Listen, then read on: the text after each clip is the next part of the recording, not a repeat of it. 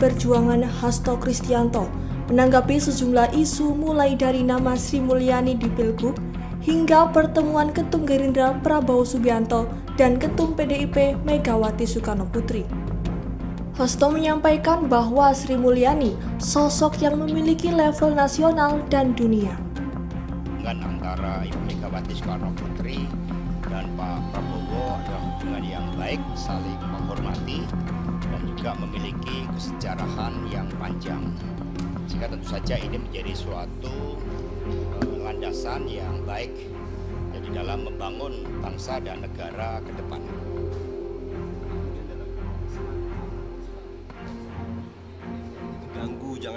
Jangan diganggu kalau tidak mau bergabung begitu. Lalu kemudian juga sempat mencolek soal Bung Karno dalam milik semua, bukan milik satu partai begitu. Ini apakah PDI Perjuangan merasa tersindir begitu dengan terkait dengan Bung Karno? Apa yang disampaikan oleh Pak Prabowo, memang Bung Karno tidak hanya milik rakyat Indonesia, tetapi milik warga bangsa juga, karena Bung Karno bercita-cita untuk merombak sistem internasional yang anarkis menjadi sistem internasional yang mengedepankan kesetaraan antar warga bangsa, yang menentang berbagai bentuk penindasan dalam seluruh aspek kehidupan, mengedepankan kemanusiaan, keadilan. Bahkan Bung Karno mengusulkan Pancasila menjadi piagam dari perserikatan bangsa-bangsa untuk membangun suatu tata dunia yang baru. Nah, bagi PD Perjuangan, kesejarahan dengan Bung Karno itu sangat kuat, karena akar dari PD Perjuangan adalah PNI yang didirikan oleh Bung Karno dan menggelorakan suatu semangat kemerdekaan Indonesia saat itu dengan mengorganisir rakyat. PD Perjuangan secara konsisten menjabarkan ide, gagasan, pemikiran, cita-cita Bung Karno dalam seluruh nafas kehidupan partai dan kehidupan berbangsa dan bernegara. Sehingga karena emotional bonding itulah PD Perjuangan yang paling konsisten di dalam menjabarkan seluruh pemikiran Bung Karno itu, khususnya terkait dengan ideologi Pancasila, spirit mewujudkan Trisakti. Sekiranya partai lain juga akan menjalankan hal yang sama, PD Perjuangan dengan emotional bonding atau pemikiran-pemikiran Bung Karno, ya tentu saja kami dukung. Dan kemudian terkait dengan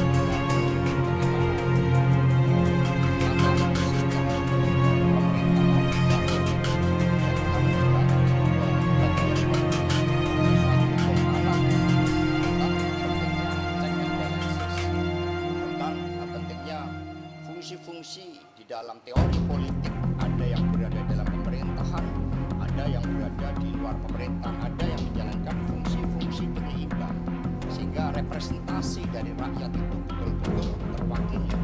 Nah, bagaimana sikap PDI Perjuangan?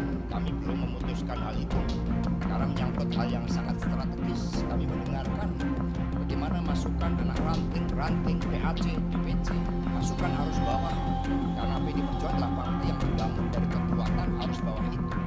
Rapat Kerja Nasional akan membahas beberapa hal yang strategis terkait dengan evaluasi pelaksanaan pemilu tahun 2024, konsolidasi partai dalam rangka pilkada serentak dan juga persiapan kongres yang akan datang, dan juga persoalan yang sangat penting menyangkut kehidupan kita, masalah pangan.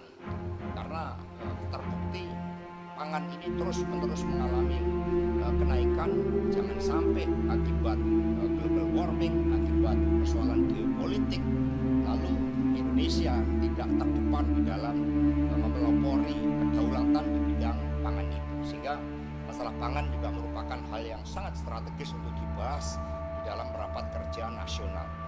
Rakernas juga akan menggelorakan suatu api perjuangan. Nah, karena itulah nanti ada beberapa simbol-simbol strategis bagaimana api perjuangan yang menyatu dengan kekuatan rakyat itu ditampilkan di dalam seluruh acara rapat kerja nasional yang kelima.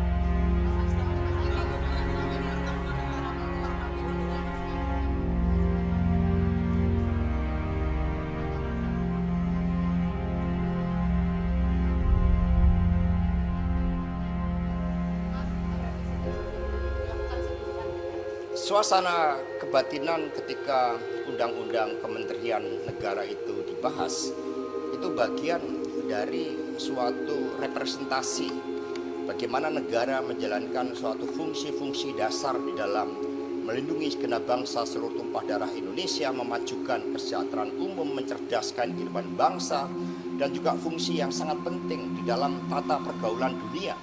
Sehingga itulah yang kemudian dijabarkan dalam pemerintahan, dan kemudian ada yang mandatori oleh Undang-Undang Dasar seperti tentang Kementerian Luar Negeri, Kementerian Pertahanan, Kementerian Dalam Negeri, kemudian fungsi-fungsi dasar yang dijalankan oleh negara seperti kesejahteraan sosial, kemudian keuangan negara, dan sebagainya. Sehingga hal-hal yang mandatori itu dibahas dalam undang-undang kementerian negara tersebut, yang tentu saja juga melihat bahwa seluruh desain dari kementerian negara itu kan bertujuan untuk mencapai tujuan bernegara, bukan untuk mengakomodasikan seluruh kekuatan politik. Ini yang harus dibedakan, apalagi kita menghadapi tantangan-tantangan yang tidak ringan, persoalan ekonomi yang kita hadapi, pelemahan rupiah, masalah tenaga kerja, bahkan kemudian deindustrialisasi, hal-hal yang terkait dengan tingkat pendidikan kita, kualitas kesehatan kita. Sehingga menghadapi persoalan-persoalan dan juga dampak geopolitik global diperlukan suatu desain yang efektif, yang efisien, bukan untuk memperbesar ruang akomodasi, karena kepemimpinan nasional di dalam memanage negara melalui struktur yang efektif, yang efisien, struktur yang mampu mengorganisir seluruh persoalan bangsa menjadi suatu solusi yang dirasakan rakyat, itulah yang paling penting di dalam merancang kabinet.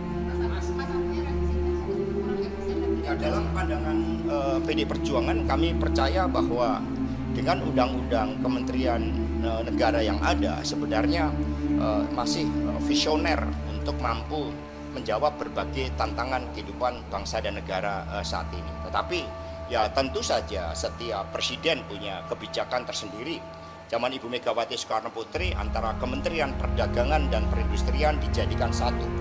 Kemudian pada periode pertama Bapak Presiden Jokowi kita melihat itu terjadi pemisahan, dan kemudian dibentuk Badan Ekonomi Kreatif misalnya. Jadi setiap presiden sesuai dengan mandatnya tentu saja punya suatu kewenangan. Tetapi bagi PD Perjuangan, undang-undang kementerian negara yang ada itu sebenarnya sudah mampu merepresentasikan seluruh tanggung jawab negara di dalam menyelesaikan masalah rakyat dan juga mencapai tujuan bernegara.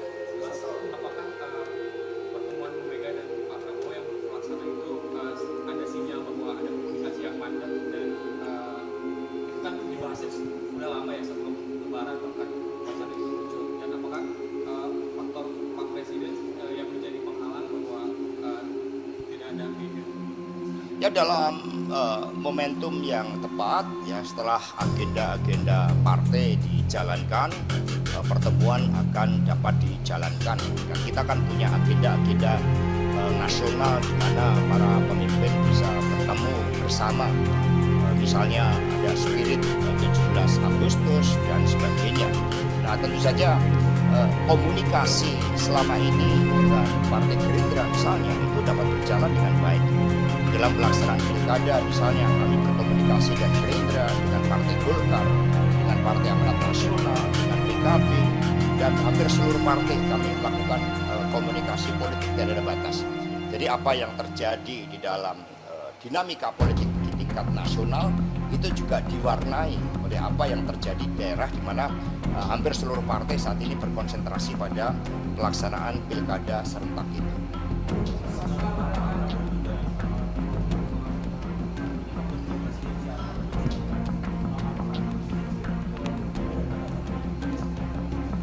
Ibu Megawati Soekarno Putri selalu mencermati dinamika kehidupan politik nasional. Beliau aktif berdiskusi, membahas berbagai persoalan bangsa dan dunia, termasuk hal-hal yang sangat fundamental seperti masalah pangan, kemudian global warming, itu menjadi agenda rutin dari Ibu Megawati Soekarno Putri. Sehingga hal-hal yang berkaitan dengan Presidential Club itu juga Ibu membaca, mendapat informasi dari media dan juga dari laporan yang kami sampaikan secara periodik kepada beliau.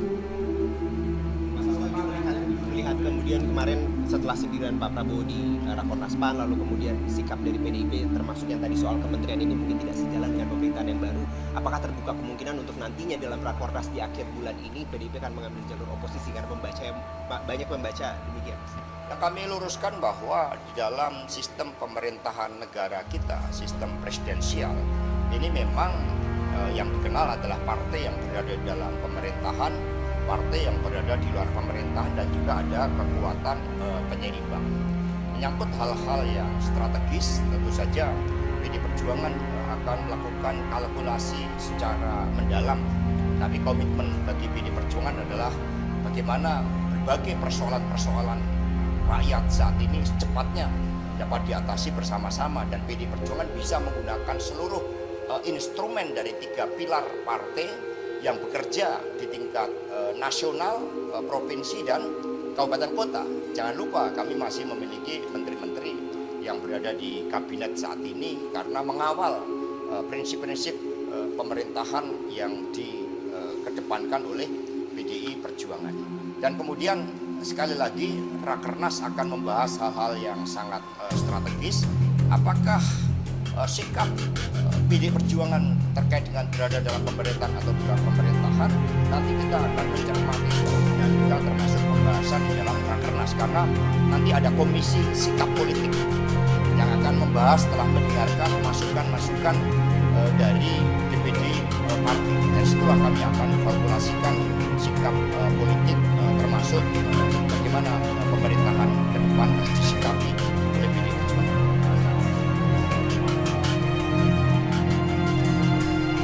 Sebenarnya kami sudah sangat intens membahas rekomendasi calon kepala daerah. Nanti yang akan dibahas adalah suatu strategi bagaimana kekuatan mesin politik partai, di mana dengan ujian yang begitu berat, PD Perjuangan masih menjadi pemenang pemilu. Bahkan di tingkat kabupaten kota, kursi dari PD Perjuangan ini mengalami kenaikan. Ya, hampir 38 kursi di tingkat kabupaten kota. Ini menjadi suatu bukti bahwa kekuatan di tingkat grassroots ini akan mengawal pelaksanaan pilkada serentak. Nama-nama sudah banyak yang dikeluarkan surat tugas. Di dalam Rakernas nanti juga direncanakan bagi kepala-kepala daerah yang berprestasi akan dikeluarkan rekomendasi dari Ibu Ketua Umum.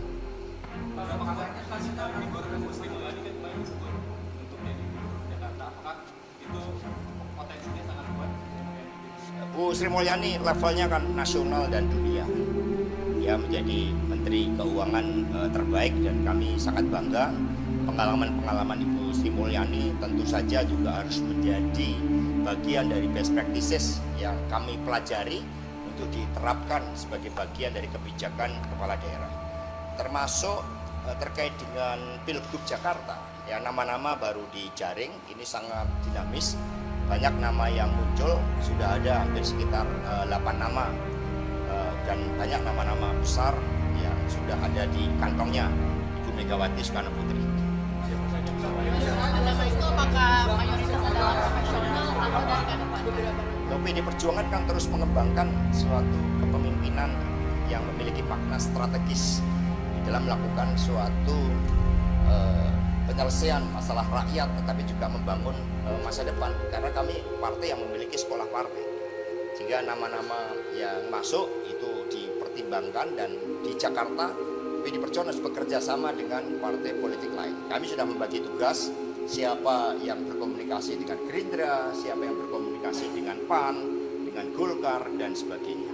Masuk Anies itu kebijakan harus sudah membuat masukan. Ya, kader-kader dari PDI Perjuangan yang memiliki rekam jejak kepemimpinan yang baik, prestasi yang baik, itu banyak yang diusulkan, dan nanti ada daerah-daerah yang merupakan basis PDI Perjuangan, merupakan figur yang muncul dari proses pengembangan kader, tapi ada juga yang kombinasi. Contohnya di Jawa Barat kita melakukan suatu kombinasi antara eksternal dari partai lain dan internal. Di daerah Jambi misalnya kami dorong ya, kader partai yang muncul dari rekam jejak para daerah. Hal seperti itu kami lakukan secara intens di DPP. Apakah mungkin akan berbahasa dengan Gerindra atau mungkin dengan Golkar yang sangat mungkin. Sangat mungkin. Ya misalnya dari PAN muncul Pak Bima Arya, kami sudah komunikasi. Gerindra Pak Deddy Mulyadi, kami juga memiliki rekam jejak sejarah yang baik.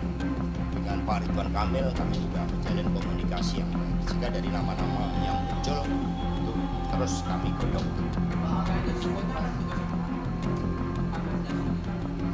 Ya dari nanti akan ada penugasan-penugasan setidaknya di dalam pilkada ini. Itu seperti Pak Ganjar, itu juga akan membantu upaya-upaya pemenangan pemilu, mempersiapkan kader-kader melalui sekolah partai, karena latar belakang Pak Ganjar kan dulu juga banyak di Bandiklat Partai, kemudian di Baguna Partai. Sehingga secara periodik Pak Ganjar, Prof Mahfud itu masih sering bertemu dengan Ibu Megawati Soekarno Putri membahas hal-hal yang strategis tentang persoalan bangsa dan negara. Jadi terkait dengan Pak Ahok, ya beliau dengan pengalamannya, dengan keberaniannya dan integritasnya juga memberikan masukan di dalam rancangan sekolah partai.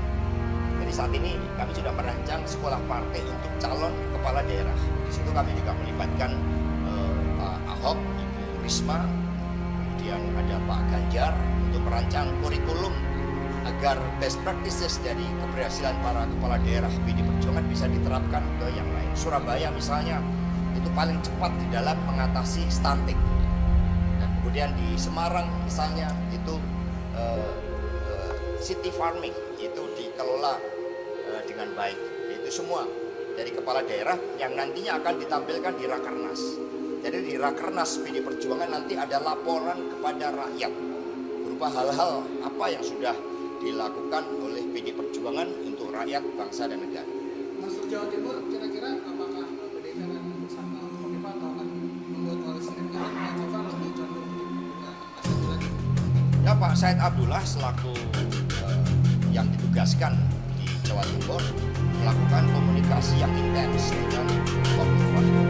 Ya tentu saja itu juga menjadi suatu opsi, tapi kami juga punya opsi lain untuk misalnya memajukan kader PD Perjuangan yang berprestasi dan partai lain, ya misalnya PKB. Kemudian ada juga dari Golkar yang juga sudah berkomunikasi dengan Gerindra, sehingga nama-nama saat ini masih mengerucutkan, mengingat pendaftaran akan baru dilakukan pada 24 sampai 27 Agustus. Surat tugas yang tadi disampaikan itu contohnya siapa saja? Surat tugas yang tadi disampaikan. Contohnya Bupati Ngawi dan Wakil Bupati itu tetap. Kemudian Wali Kota Surabaya dan Wakil Wali Kota Surabaya itu juga tetap. Trenggalek, Bupati dan Wakil Bupati itu tetap. Itu contohnya. Di Jawa Tengah akan dibahas hari Selasa, dan kemudian di beberapa wilayah Indonesia Timur ya, seperti Maluku, Papua itu juga sudah dikerucutkan. Untuk yang tingkat provinsi itu belum ada nama yang resmi. Ya kita mulai dulu dari kepala daerah, ya, dari PD Perjuangan sama wakil kepala daerah. Kemudian Indonesia Timur kami prioritaskan mengingat medannya harus diputuskan lebih awal. Baru kemudian daerah-daerah ya seperti Jawa Tengah, kemudian Jawa Timur, Bali itu nanti. Ya cukup ya. Tim Liputan Surabaya TV.